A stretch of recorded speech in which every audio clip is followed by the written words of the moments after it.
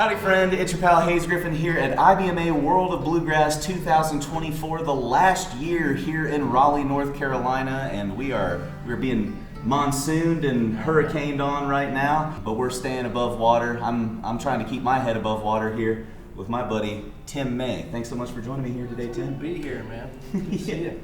How's IBMA been going for you, man? What you been up to? It's good. It's been pretty busy. I had the honor of playing with Alan Mundy. He was inducted into the Hall of Fame, and I saw that last night. Yeah, that's really. Yeah, I call it the coattail riding tour. Yeah, it was great. It was really great to be. And Peaches and Cream has always been one of my favorites. I actually did a guitar arrangement book of Mundy's tunes, and that was really the inspiration for the whole thing. I mean, I think 10 of his tunes, but Peaches and Cream, that's the one that I wanted to have a guitar arrangement, and have that available to people that were interested in it. But anyway, so I'm a big fan, and just it's proud to be. Absolutely, man. The first time I heard Mundy, I had a professor in college that gave me a banjo sandwich. Yeah. He had a copy of that, and I was like, what is this? Yes. Right? You know? Because I think most people, when they're listening to the kind of like second generation of banjo, you know what I mean? They tend to think like Bill Keith or Courtney Johnson. Sometimes the like melodic thing comes out, but playing some of that jazzy Mundy stuff, dude, like you were slaying it at the award show last night. Oh, thanks. Well, the lick that he does, if you guys listen to you can get it on YouTube or whatever, of Peaches and Cream. Joe Carr and Roland White came up with this crazy lick it's just out there, man. I mean, even for jazz, it's out there. You know what I mean? Yeah. So anyway, that was fun to play. So Mundy wanted us to kind of play it like it was on the album, which was great. Yeah, man. Well, but I can't take responsibility for that lick. well, at least it's rendering on stage, right? Yeah. Yep. That's great, man. Yep.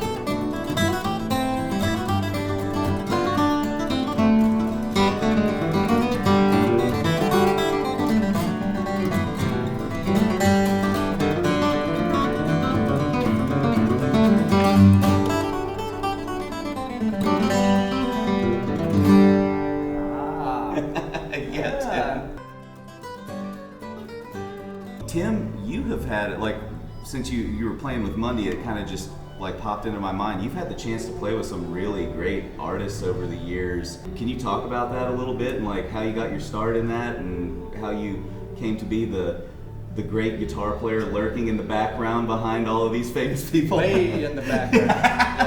Yeah. Well, actually, I did a lot of banjo and dobro. You know, I mean, it's like in Nashville, anybody can play guitar. You know, you don't need that.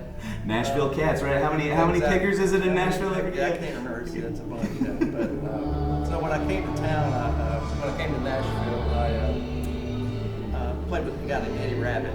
These days, I don't know if many people know him. Yeah. I actually wrote "Cold Kentucky Rain" for Elvis. That's probably, you know, he probably did better off that than his own music. But so did a video with him. That was my first kind of sort of big act in Nashville, and then had a band called Crucial Smith for many years. That was produced by Pat Flynn, and then just kind of going through the highlights here. But yeah, man. Did a bluegrass tour with Patti Loveless when she did her Mountain Soul album. So we did that for about a year. But I actually played dobro and banjo on that. Nice. That was actually the first time that I came in touch with your playing outside of the context of Flatpick Guitar Magazine, which we'll get to in a minute. But yeah, that was great. That was a big deal to me too. That was the first time I ever played the opera with her. And then I did a thing with Charlie Daniels that was nominated for a Grammy. When Charlie did a bluegrass album called Songs from the Longleaf Pines. So I did play guitar on that. And then I'm now I'm doing a tour with Kathy Mattea. Did a tour with John Cowan in Japan. That was awesome. With Don't Kill Me and Chad Cobb. Couldn't find anyone better for that one. That's all I could scrape up. Yeah. Yeah. So I mean, as far as the sort of highlights, that's probably the biggest.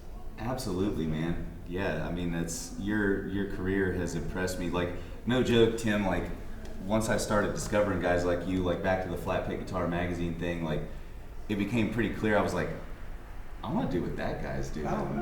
That seems awesome, you know. Can you talk about kind of your relationship with Dan Miller and Flatpick Guitar Magazine and how you got into education? Because that was really like my first introduction to you was through your awesome instructional materials. Through Flatpick Guitar Magazine. Yeah. Well, I met Dan not too long after he started the magazine, and I was playing in Crucial Smith.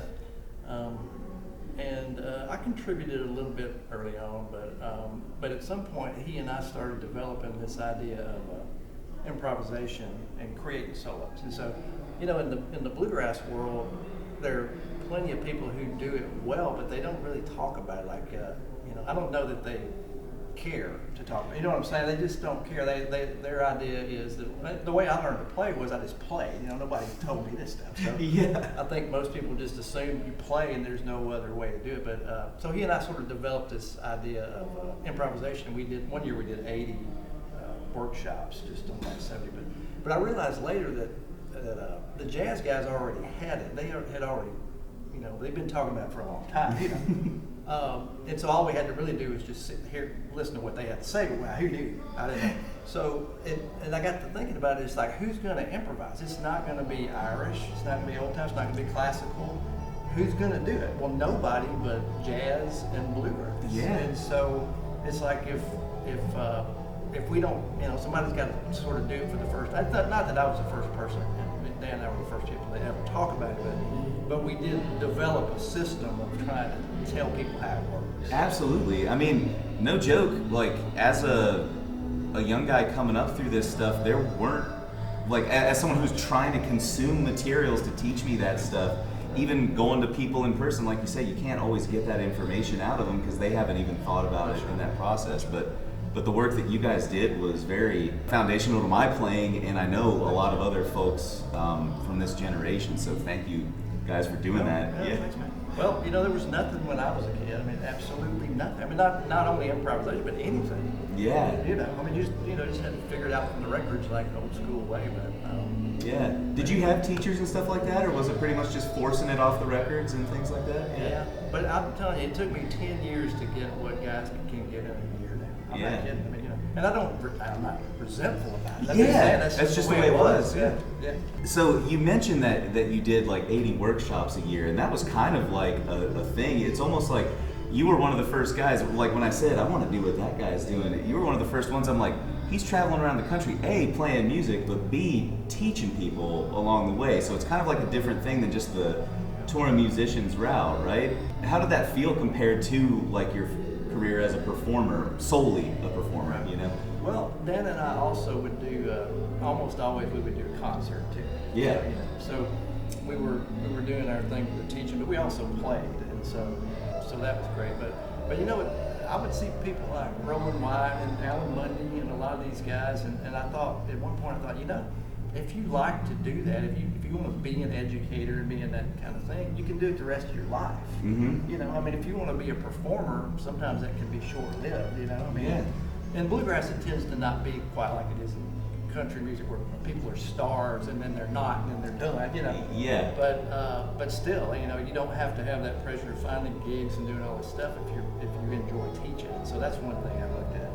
But I still like to perform, obviously too. It's all good. I like the whole great, man. gamut of it. Yeah. Kind of going back even further to like your beginnings and stuff, who were you listening to when you first got started, and who might you like recommend a fledgling flat picker, you know, go steal some licks from? Well, probably like everybody, I was, you know, even now, it was Tony Rice. Yeah. But almost immediately, I heard Dan Crary.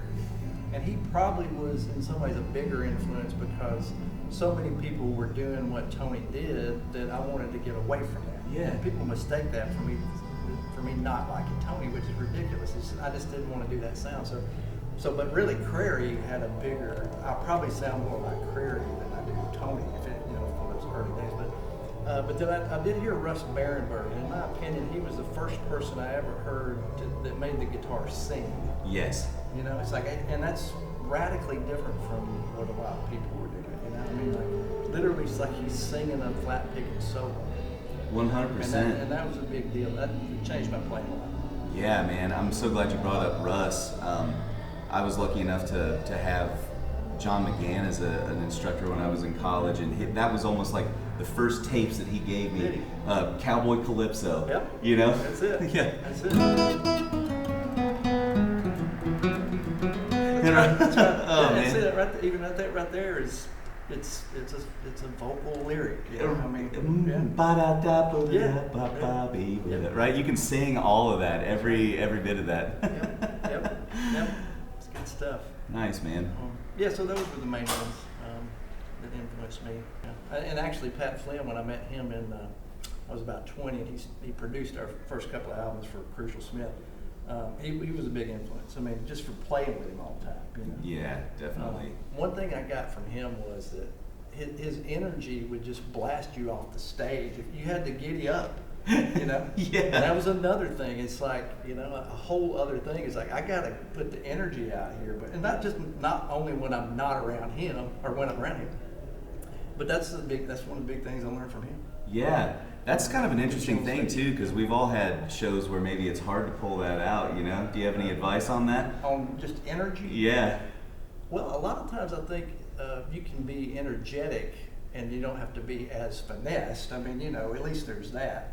I think I was trying to be too clean and too, you know, and you think that's what people want. They want energy, they want emotion, you know, really. Yeah. That's what people who are listening want to hear. So I think it's a combination of the finesse thing, but then putting the fire in it when it's time to do it. You know? Yeah. That's funny that you say that, because I had a teacher who was always like, you know, people want to see fireworks, you know, give them the fireworks, man. They do. It kind of sounds like that, right? Yeah. You want to pick another tune? Yeah. Yeah.